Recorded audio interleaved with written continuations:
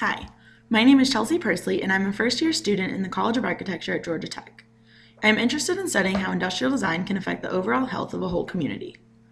I traveled to the site of English Avenue, located just minutes from Georgia Tech, to explore the different aspects that make up an unhealthy community and what this particular community was lacking. The results I found were astounding. This area is plagued with sanitation issues, unsafe areas, and abandoned buildings, but most importantly, a lack of resources for the community. There is not a single playground, health center, or community center within viable distance to the community. Without these centers, many parents and children lack necessary resources to maintain healthy and safe lives. After performing extensive research, I believe there are three major aspects to be addressed concerning the lack of a public community center in the site of English Avenue: the safety of children, the academic quality of schools, and the accessibility of safe areas to exercise. I think through the implementation of a community center offering shelter, tutoring, and extracurricular activities, more children will be off the streets and off to creating better, healthier lives for themselves. To prove that this was a major issue in the community, I visited English Avenue at various times in the day. I noticed children walking along the streets without supervision after school hours. It's no secret that children are highly impressionable at young ages, specifically between the ages of 11 and 17. In one case study investigating the effectiveness of high-quality center-based care, the statistics were staggering. In America, 1 in every 4 youth are alone and unsupervised after school. During this time after school, specifically 2 to 6 p.m., children are most susceptible to turn to violence and drugs. These students not involved in any type of regulated extracurricular activity are 49% more likely to get involved in drugs. In the study of the implementation of an after-school program, students not only benefited from the regulated programs and shelter, but also from the workers and caregivers helping the students with schoolwork. With the supervision of adults in regulated after-school programs, the children were able to work one-on-one with volunteers and even older students to target specific academic subjects. Considering zoning and standardized test results, it is safe to assume that the children of English Avenue suffer from poor educational institutions compared to higher income areas. In the past 6 years, the end-of-course test results for Kennedy Middle School have received extremely low scores, never exceeding 21% in the performance index.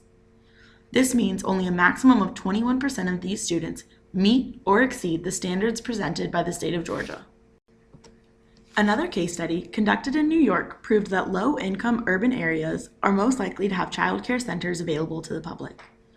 This case study used the Geographical Information System to locate any licensed child care center in the city of New York and then decoded the proximity and accessibility of each center. The data showed that most of the licensed centers were located in low-income areas. The study testifies that this consistency is due to the fact that low-income areas benefit the most from these centers. It is surprising based on these results that the community around English Avenue does not have a community center in close proximity.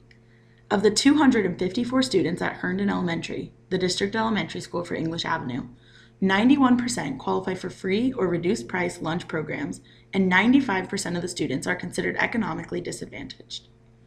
As it has already been proven that low-income areas will benefit from these centers, it is my belief that the community of English Avenue will benefit as well.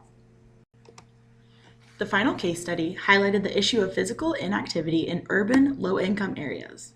In the United States, 18% of children aged 6 to 11 and 17% of children aged 12 to 19 are considered seriously overweight. The creation of parks and playgrounds benefit not only the health of the residents, but also the economical value of surrounding areas. In urban settings, small fields were created attached to centers with organized activities and sports to promote exercise. The research concluded that the creation of these areas provides a 48.4% increase in the frequency of physical activity. The study proved that the increase in physical activity not only improved the physical health of students, but also the mental health and attention span in school settings.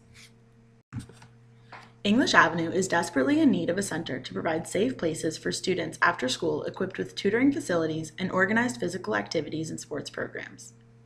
I believe that through the implementation of a volunteer-based community center, the residents of English Avenue will be able to improve their education, physical fitness, and overall social relationships within the community, providing an overall more stable lifestyle for themselves and their children.